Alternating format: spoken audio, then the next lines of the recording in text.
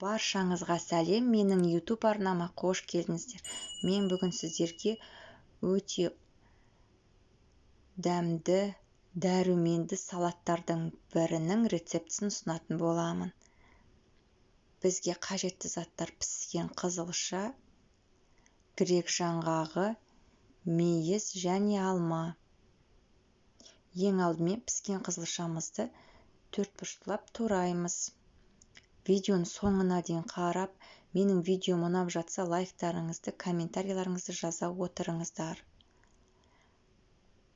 Бұл салат өзіме қатты ұнайды.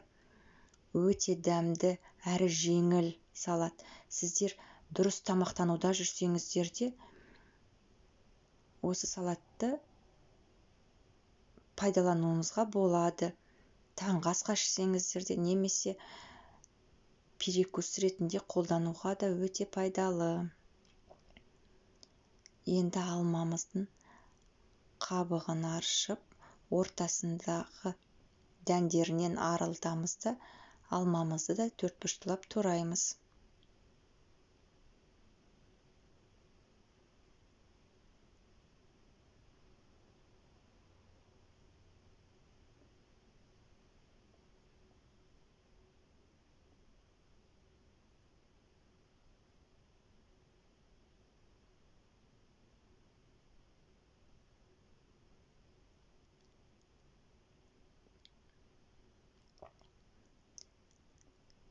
Ендігі кезекте мейізімізді қосамыз.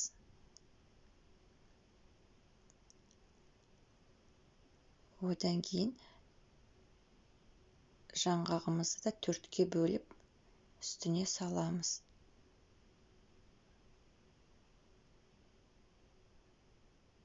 Бұл салатымызды біз йогуртпен араластырамыз. Кез келген йогуртты қолдана берулеріңізге болады. Өзіңізге ұнаған йогуртты. Мен чудо йогуртын пайдаландым. Мінекей,